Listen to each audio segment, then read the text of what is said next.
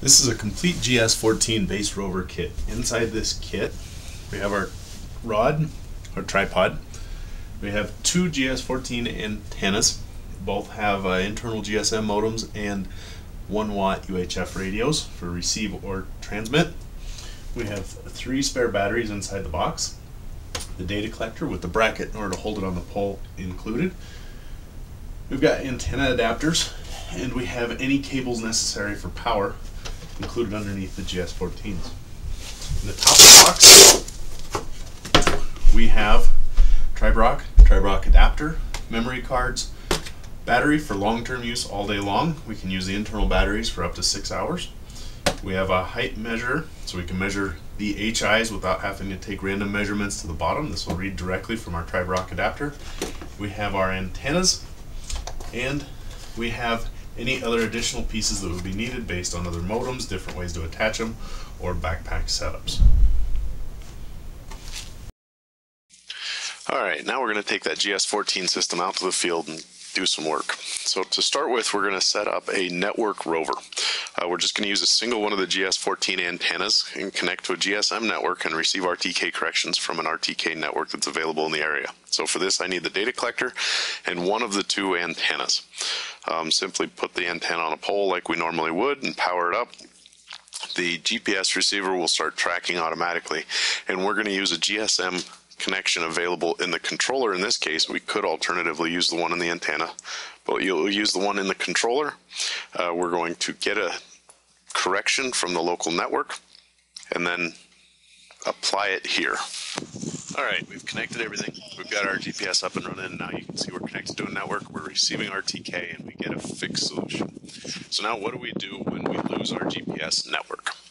Well, we'll take a measurement on the network, and we're going to set up our other GS14 here over this point as our base. So in this case, finished, stored the point. We're all done with this. We'd like to now set a base up over this exact same location and use this as a base point using just the other GS14.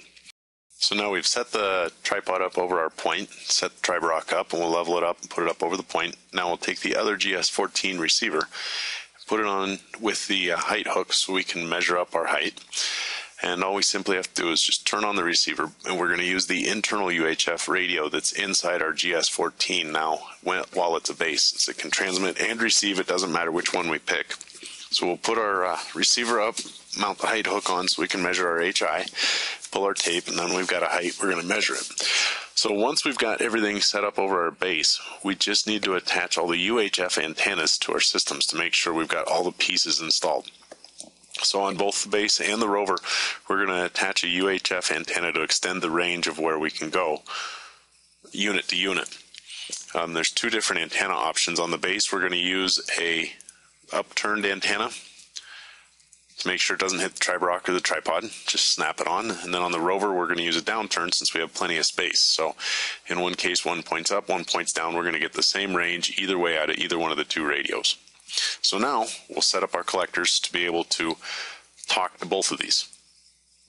Here we are back on the controller, and you can see it's fixed based on the GSM connection we had a minute ago. So now I'm going to escape back to my instrument settings, go to my connections, and actually go to the RTK rover setup where we were using the controller internet, and we're just going to change this to using the GS radio.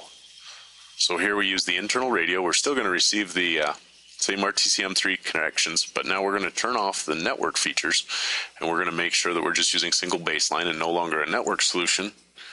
And as soon as we set this up, you can see the arrow starts moving at the top as soon as we say OK, because the base is up and broadcasting.